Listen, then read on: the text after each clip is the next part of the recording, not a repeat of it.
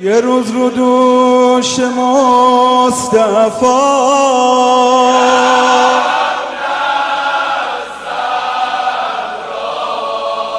یوم علی وجه السرا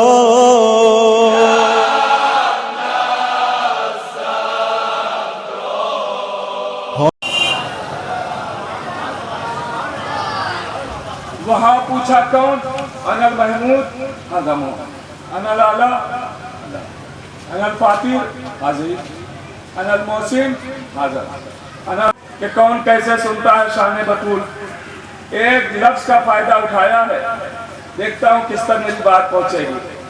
وہاں تعارف کرایا پوچھنے والا جبریل، تعارف کرایا انا المحمود انا الاعلی انا الفاتر انا المحسن انا قدیم الاحسان۔ آج وہی جبریل پوچھ رہا ہے تو اللہ نے یہ نہیں کہا میں محمود محمد میں اعلی علی میں آواز دی ہوں فاطمہ و ابوہا و بالہا و بنوہا۔ وہاں پوچھا تعارف انا کے ذریعے، یہاں پوچھا تعارف فاطمہ کے ذریعے، وہاں انا یہاں فاطمہ۔ میں کہوں گا یا رسول اے میرے پروردگار یا خدا، جب پوچھنے والا وہی ہے تو تعارف کیوں بدل دیا؟ وہاں انا یہاں فاطمہ، تعارف کیوں بدلا؟ آواز آئی میں نے تعارف تھوڑی بدلا، میں نے تو عظمت سیدہ بتائی ہے کہ فاطمہ صرف رسول کی بیٹی کا نام نہیں ہے، میری انا کا نام۔ فاطمہ میری انا کا نام ہے۔ ارے جس پر آپ ناز کریں ہم ناز کریں وہ اور ہوتے ہیں، جس پر خدائی ناز کرے وہ بطول، جس پر خدا فخر کرے وہ سید۔ ہمارے خاندان کے کوئی بڑے عہدے پر فائز ہو جاتا ہے، ناز کرتے فخر کرتے، تو ہماری انا ہے۔ بند لفظوں میں یہی ہوگا نا، ہمارے ہم جس پر فخر کرے وہ خدا جس پر ناز کرے۔ اور کر رہے میرے عزیز سیدہ کی شان کا، سیدہ کا مرتبہ کیا؟ دیکھیں اسلام میں خاتون کی بڑی عزت ہے۔ ہمارے یہاں خاتون کو پردے میں اسی لیے رکھا گیا کیونکہ ہر قیمتی چیز پردے میں رکھی جاتی ہے۔ آپ ہیرے جواہر سجاتے نہیں ہیں، پردے میں رکھتے ہیں، کیونکہ قیمتی شے پردے میں رکھی جاتی ہے۔ اب سمجھے اسلام نے ایک خاتون کو کتنا قیمتی بنایا، پردے میں رکھا ہے۔ اور یہ بھی یاد رکھیے گا کہ ہمارے یہاں ہماری ماں بہنوں کی بڑی عزت ہے، بڑا احترام ہے۔ کیوں؟ کہ اس لیے کہ ہم مردوں کا تو اکہرا کام ہے، ایک کام ہے۔ اب اسی سے اور آپ نکال سکتے ہیں کیونکہ ساری باتیں تھوڑی یہاں سے بیان ہو سکتی ہیں۔ ہم مردوں کا اکہرا کام ہے، خواتین کا ہماری ماں بہنوں کے دوہرے کام ہے۔ ہمیں تو صرف عزاداری کرنا ہے، ہماری ماں بہنوں کو عزاداری کرنا بھی ہے، عزادار بنانا بھی ہے۔ اور کر رہے ہیں دوہرے کام، ان کی عزت زیادہ ہے۔ اور پھر جملہ کہوں، پڑھے لکھے لوگ بیٹھے ہوئے ہیں جو محاورہ برسوں سے چلا آ رہا ہے کہ سمجھدار کے لیے اشارہ کافی ہے، وہ ہماری قوم تو ہے۔ کیا ممبر سے اشارہ کرتے ہیں ہماری قوم سمجھ جاتی ہے، اور کر رہے ہیں۔ تو یہ بھی یاد رکھیے گا، دیکھیے عورت کی بڑی عزت ہے، مگر وہ عورت رہے، مرد بننے کی کوشش نہ کرے۔ یاد رکھیے گا آج جو دنیا میں اسلام کا نام ہے، دیکھتا ہوں یہ جملہ آپ کیسے سنیں گے، آج جو دنیا میں اسلام کا نام ہے اس کے پیچھے بھی ایک عورت ہی کا ہاتھ ہے، اور جو آج اسلام بدنام ہے اس کے پیچھے بھی ایک عورت ہی کا ہاتھ ہے۔ عورت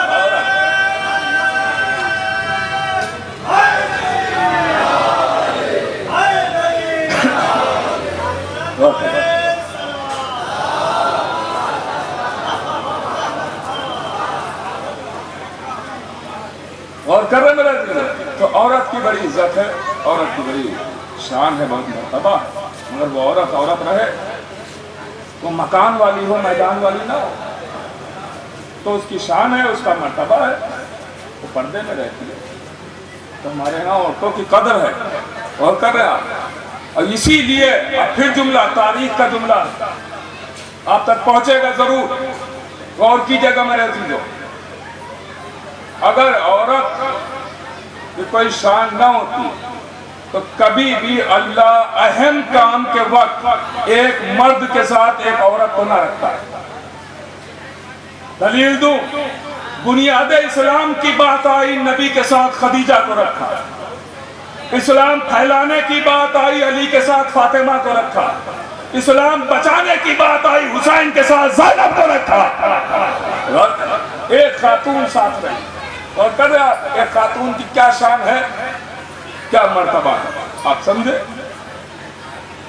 ارے وہ خاتون ہی تو ہے کہ جس نے یزید کو للکار کے کہا کہ جب یزید نے کہا کہ میں نے تمہارے ذکر کو ختم کر دیا، میں نے تمہارے ذکر کو تمام کر دیا، اب تمہارا کوئی نام لیوا نہیں ہے، تو بی بی زینب نے بھرے دربار میں، تھوڑا سا اپنے کو سنبھالیے گا، جملہ حوالے کرنے جا رہا ہوں، بی بی زینب نے بھرے دربار میں یزید سے کہا تھا، سب سن رہے تھے، آواز دی واللہ الا تمہو ذکرنا، خدا کی قسم تو ہمارے تذکرے کو کبھی نہیں مٹا سکتا، ہمارے ذکر کو کبھی نہیں مٹا سکتا۔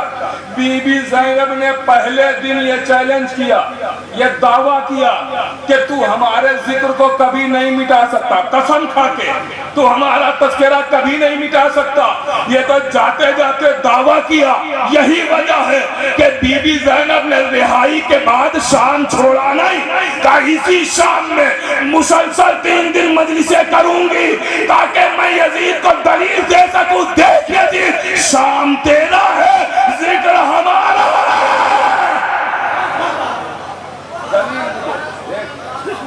ایک خاتون تو سمجھے کیا ہے، کیا ہے مرتبہ، اب سمجھے؟ شان یہ ہے، میں بی بی زہرا کی عظمت عرض کر رہا تھا، شان یہ ہے، بس آخری مرحلے میں گفتگو ہے، شان یہ ہے، مرتبہ یہ ہے کہ صاحب جواہر الاسرار لکھتے ہیں، 2 معصوم سے حدیث ہے اور لفظ ایک 2 لفظ ادھر ادھر ہیں دونوں حدیثوں میں، کسی میں اضافہ ہے کسی میں کم ہے لفظ، لیکن مفہوم دونوں کا ایک ہی ہے۔ نبی نے فرمایا یا علی، آپ نے تمام نبیوں کی مدد چھپ کے کی، ہماری مدد کھل کے کی، یہ نبی فرما رہے ہیں۔ مولا علی سے بھی یہی حدیث، صاحب جواہر الاسرار لکھتے ہیں، مولا علی سے بھی یہی، مولا نے فرمایا میں نے تمام نبیوں کی مدد چھپ چھپ کے کی، آخری نبی کی مدد کھل کھل کے کی۔ اس کا مطلب یہ ہوا کہ مددگار کون ہے؟ مولا علی۔ دو حدیثوں سے یہی بات واضح ہوئی نا کہ مددگار کون ہے؟ مولا علی۔ کم سے کم وہ تو بولتا رہے جسے شک نہیں ہے، ہاں وہ تو تائید کرتا رہے، میرے ساتھ رہے نا بھائی۔ آپ دیکھیے مولا علی ہے مددگار، اور یہ میں نہیں کہہ رہا، خود نبی بھی کہہ رہے ہیں، مولا علی بھی کہہ رہے ہیں کہ آپ نے تمام نبیوں کی مدد چھپ کے کی، میری مدد کھل کے کی۔ مولا علی بھی کہہ رہے ہیں میں نے تمام نبیوں کی مدد چھپ چھپ کے کی، آخری نبی کی مدد کھل کھل کے کی ہے۔ تو مددگار ہوئے مولا علی، آدم کی مدد کرنے والا علی، نوح کی مدد کرنے والا علی، موسیٰ کی مدد کرنے والا علی۔ اب آئیے 2 فہرست بنائیے، ایک فہرست میں نام لکھیے جن کی مدد ہوئی، اور ایک فہرست بنائیے اس میں نام لکھیے جس نے مدد کی۔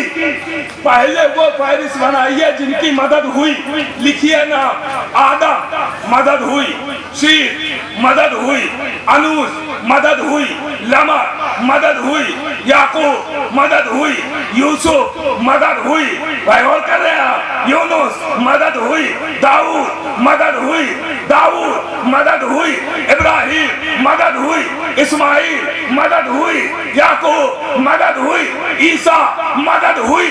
یہ وہ فہرست ہے جن کی مدد ہوئی۔ اب اسی کے سامنے ایک فہرست وہ بنائیے کہ جس نے مدد کی، مجھے جناب سیدہ تک آنا ہے نا، یاد رکھیے گا نتیجہ وہیں پہ پہنچے گا۔ اب وہ فہرست بنائیے جس نے مدد کی، لکھیے نام، سامنے ہی فہرست بنائیے، آدم مدد ہوئی، اسی کے سامنے فہرست بنائیے کس نے مدد کی، لکھیے نام، علی، نوح مدد ہوئی، کس نے مدد کی، علی، ابراہیم مدد ہوئی، کس نے مدد کی، علی، یعقوب مدد ہوئی، کس نے مدد کی، علی، یوسف مدد ہوئی، کس نے مدد کی، علی۔ بھائی اب آپ نے دونوں فہرست فہرست تیار کر لی. اب دونوں فہرست پر نظر دوڑائیے اور غور کیجئے تو نتیجہ یہ نکلے گا کہ ایک فہرست میں مسلسل نام بدلتے رہے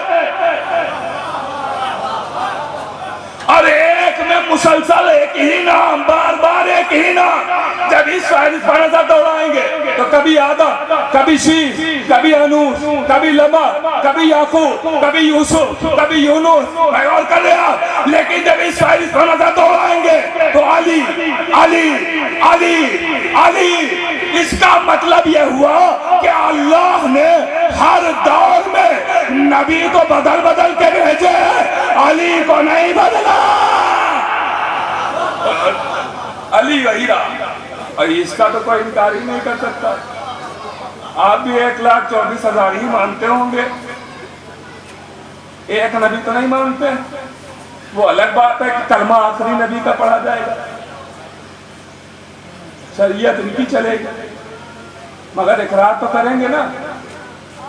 مگر علی کتنے آئے؟ علی تو ایک ہی ہے نا. تو اللہ نے ابھی نتیجہ نہیں آیا، اللہ نے نبی بدل بدل کے بھیجے ہیں، علی کو نہیں بدلا. مدد کرنے والا کون ہوا اس حدیث سے؟ مولا علی. دو نتیجہ بھائی یہی تو میں سنا رہا ہوں نا کہ بھائی آدم کی مدد علی نے کی، نوح کی مدد علی نے کی، ابراہیم کی مدد علی نے کی. تو مددگار کون ہوا؟ مولا علی. مددگار کون؟ مولا علی. بات پہنچی نا؟ مددگار ہوئے مولا علی. اب جب بی بی زہرا کی شادی مولا علی سے ہوئی تو نبی نے مولا علی سے سوال کیا، یا علی فاطمہ کو کیسا پایا؟ آواز دی، یا رسول اللہ مددگار. اللہ اکبر اللہ اکبر. اس کا مطلب یہ ہوا کہ جو نبیوں کی مدد کرے اسے علی کہتے ہیں، اور جو علی کی مدد کرے وہ ہے فاطمہ، وہ ہے بطول. اب سمجھے شان زہرا جو مشکل کشا کے لیے مشکل کشا بن رہا ہے وہ ہے بطول. جو مددگار کی مدد کرے وہ ہے بطول. اور کر رہا ہے شان زہرا کون سے بی بی زہرا کی شان کون سے بس مدد سے بطول. ہمارے یہاں کا دستور ہے جب ہمارے یہاں سے کوئی چلا جاتا ہے تو ہم اپنوں کے فضائل نہیں سناتے، ہم آل محمد کا ہی ذکر کرتے ہیں، چاہے فضائل ہو چاہے مسائل. اور یہ دنیا کو سبق دیتے ہیں کہ دیکھو کتنا ہم اہل بیت کو مانتے ہیں کہ اگر ہمارے یہاں سے کوئی چلا جاتا ہے تب بھی ہم اپنوں کا ذکر نہیں کرتے، انہی کا ذکر کرتے. اور خوشی بھی ہوتی ہے تب بھی ہم اپنے یہاں مجلسیں کرتے، ماتم کرتے، نواخوانی کرتے. پہلی بات یہ ہے کہ ہمارے یہاں یہ شاید عجیب بات آپ کو لگے، ہمارے یہاں کوئی مرتا نہیں، ہمارے یہاں کوئی مرتا نہیں، انتقال کرتے ہیں، ایک جگہ سے دوسری جگہ چلے جاتے ہیں، ایک جگہ سے دوسری جگہ شفٹ ہو جاتے ہیں، مرتے نہیں. یوں کہہ دیا جائے کرائے کے مکان سے اپنے گھر جاتے ہیں، مرتے نہیں. آپ کہیں گے کیا؟ وہ الگ بات ہے کہ زبان کی مجبوری ہے جو کہا جاتا ہے کہ مر گیا، لیکن اس کا معنی مرنے کے معنی میں نہیں، اس کا معنی شہید کے معنی میں. اور قرآن کہہ رہا ہے کہ شہید زندہ.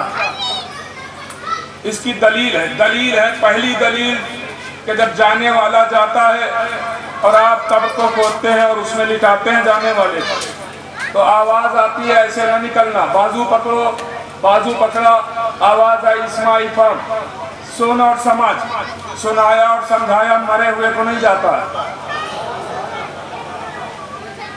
زندہ کو جاتا ہے. دوسری دلیل ہے ہمارے کسی قبرستان کے دروازے پر جائیے لکھا ہوتا ہے اندر جانا تو سلام کر کے جانا. یہ جو اندر سو رہے ہیں ان کو سلام کر کے جانا، سلام مرے ہوئے کو نہیں کیا جاتا ہے، زندہ کو کیا جاتا ہے. تیسری دلیل یہ ایصال ثواب، یہ ایصال ہے، ثواب ایصال کیا جاتا ہے نا، یہ ایصال ثواب، یہ گفٹ ہے، یہ تحفہ، یہ ہدیہ ہے۔ ہدیہ تحفہ مرے ہوئے کو نہیں دیا جاتا ہے، زندہ کو دیا جاتا ہے۔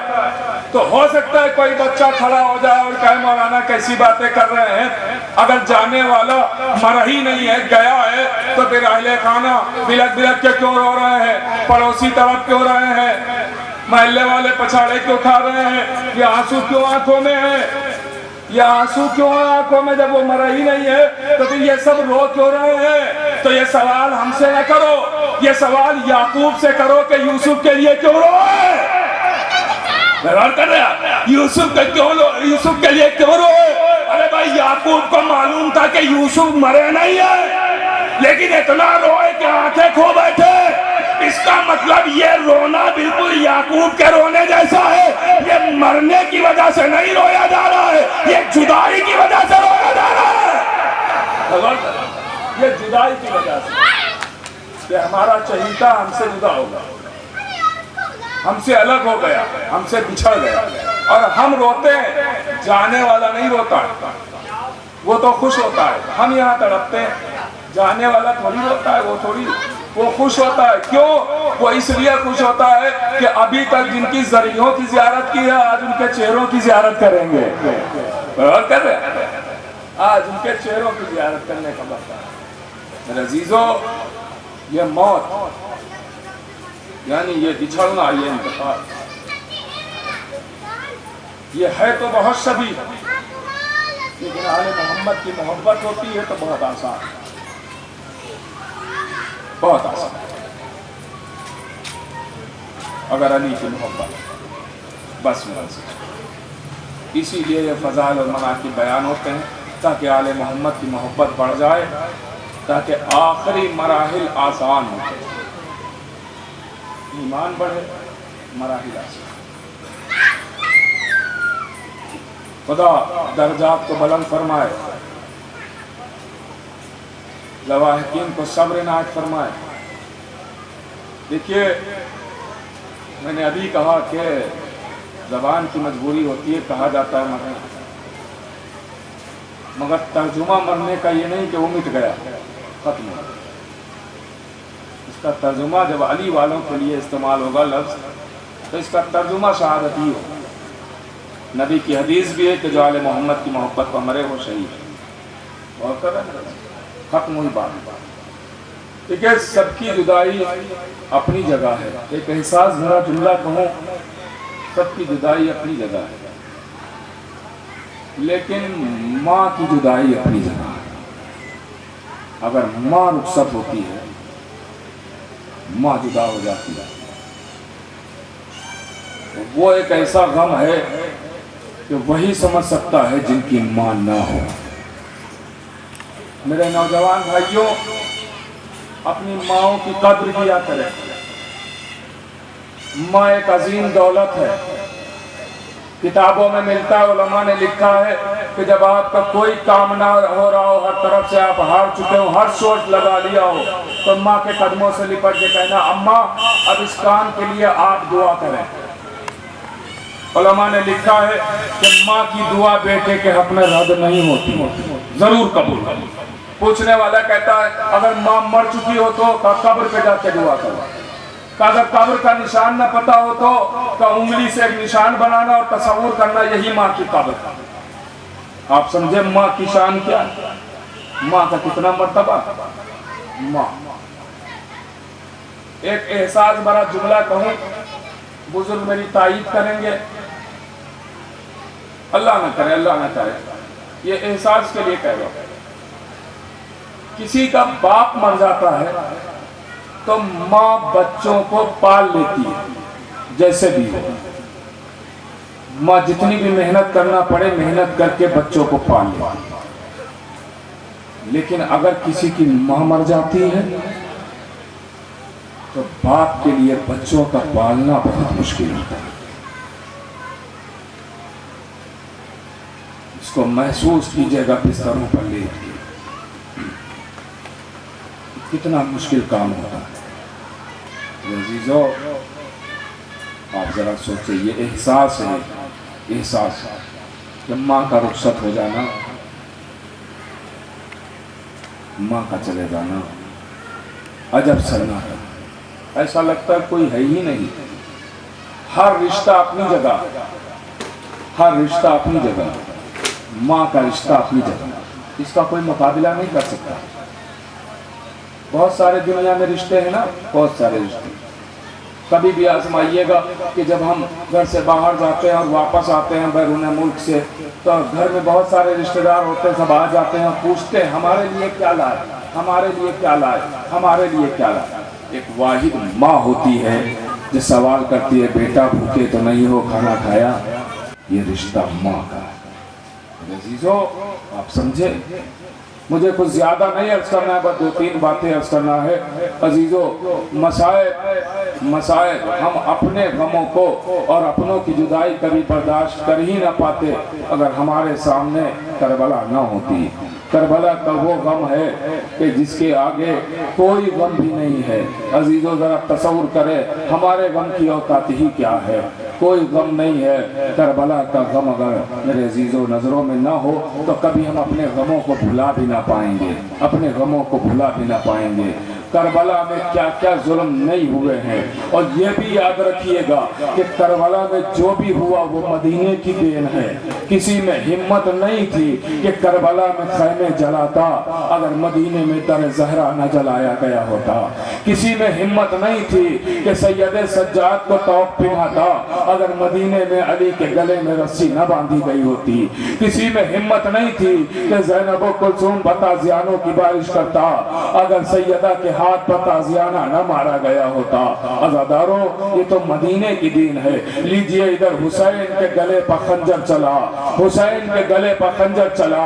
عزیزو ہمارے یہاں کا دستور ہے، آپ لوگ اتنے سرد موسم میں یہاں آئے ہیں، اگر آپ سے کوئی سوال کرے آپ کیوں آئے ہیں تو جواب یہی دیں گے نا کہ مرحومہ کے گھر والوں کو پرسہ دینے آئے ہیں تاکہ انہیں یہ احساس نہ ہو کہ وہ غم میں اکیلے ہیں۔ یہی دستور زمانہ ہے نا۔ مگر دیکھیے ذرا کربلا میں ابھی حسین کے گلے پر خنجر چلا، مگر کسی نے سید سجاد کو پرسہ نہیں دیا، کسی نے سکینہ کو پرسہ نہیں دیا، کسی نے زینب و کلثوم کو پرسہ نہیں دیا، بلکہ ایک صدا آئی خیمے جلا دو، اسباب لوٹ لو۔